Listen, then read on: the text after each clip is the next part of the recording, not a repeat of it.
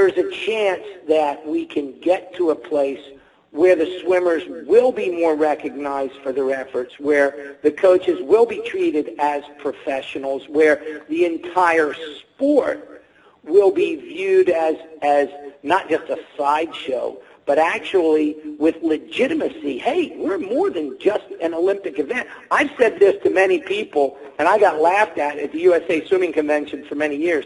I believe, maybe not in my lifetime, but in the not-too-distant future, that marathon swimming, the 10K race, will be, again, the premier swimming event in the world. And I think the 10K will be the #1 swimming event in the Olympic Games before this century's out.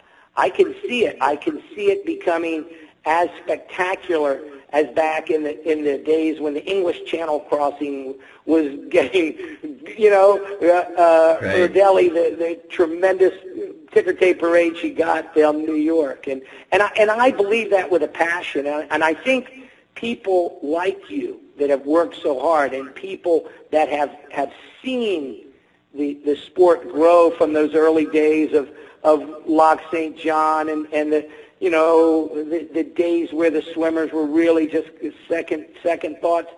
They believe in it too, and now it's up to a new generation of swimmers to really put themselves out there and understand, and that's one of the things I think that we need to act on at this point in time now more than ever. Listen to Sid Cassidy, one of open water swimming's most experienced individuals, who was not only a professional marathon swimmer himself and relay member on the fastest one-way and two-way English Channel crossings of all time, but was also the USA Swimming National Open Water Swimming Coach, FINA Technical Open Water Swimming Committee Chairman, and starter at the Olympics. He takes you through an insightful recollection of memories and swimmers.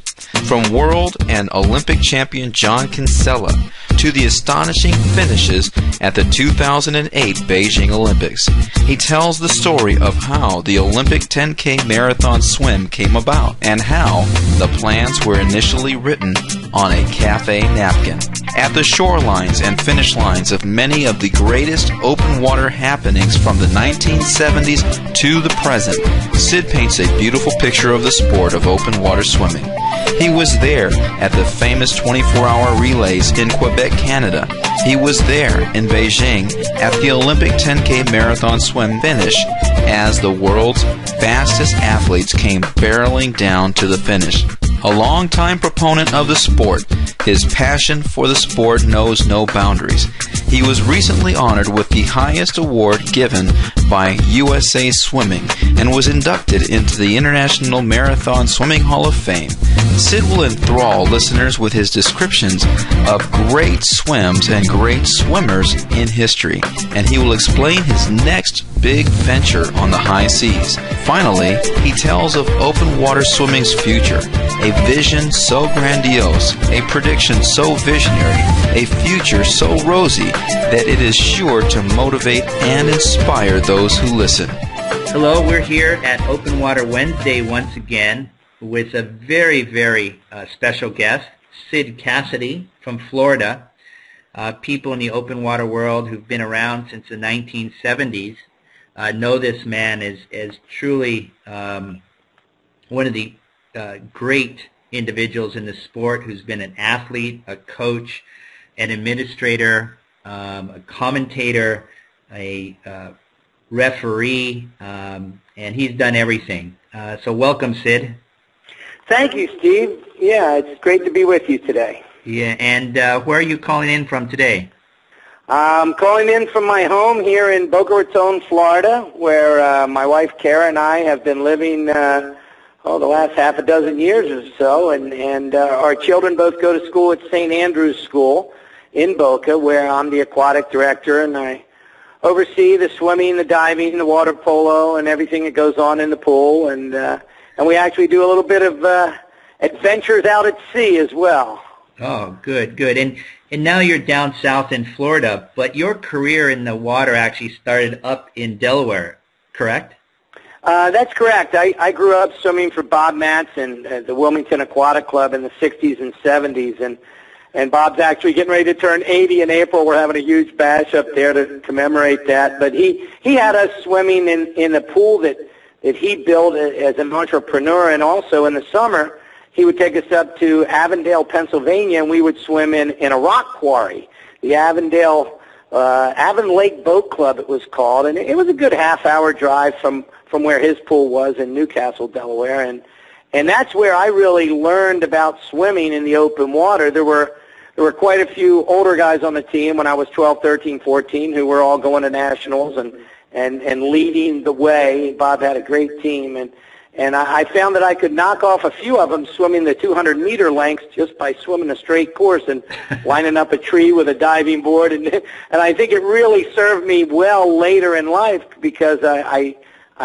parlayed that kind of experience into a real fun open water career. I was never as serious as some of the great open water swimmers of today, or even somebody like yourself setting all the records in Japan and all the distance records. But I really enjoyed it as a competitor and found it even more enjoyable as a coach. I've been coaching swimming really since I got out of college in 1979. I've been a full-time swimming coach and been lucky enough to have a few national champions. But I've seen and been involved with a lot of the growth in USA Swimming open water, and I think it's just a great sport, not just for the elite athletes of the world, but of course for athletes of every level and every age. You know, we do age group things for the younger ones all the way through, you know, so many masters as a life fitness, as you yourself know. It's a great lifetime sport.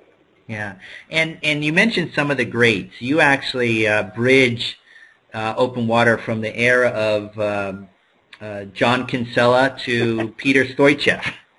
And you've not only bridged age group swimming, you actually are still one of the world record holders of the fastest relay in the English Channel, both single and double. But my question to you is, because you've bridged all these different generations, can you give us just a few stories here and there of the things that you've seen or done that it probably can only be known by an insider like yourself? Well, let's see which stories are best for publication. You know, being a kind of learning from a guy like John Kinsella, there's some stories we might not want to put out on the airwaves.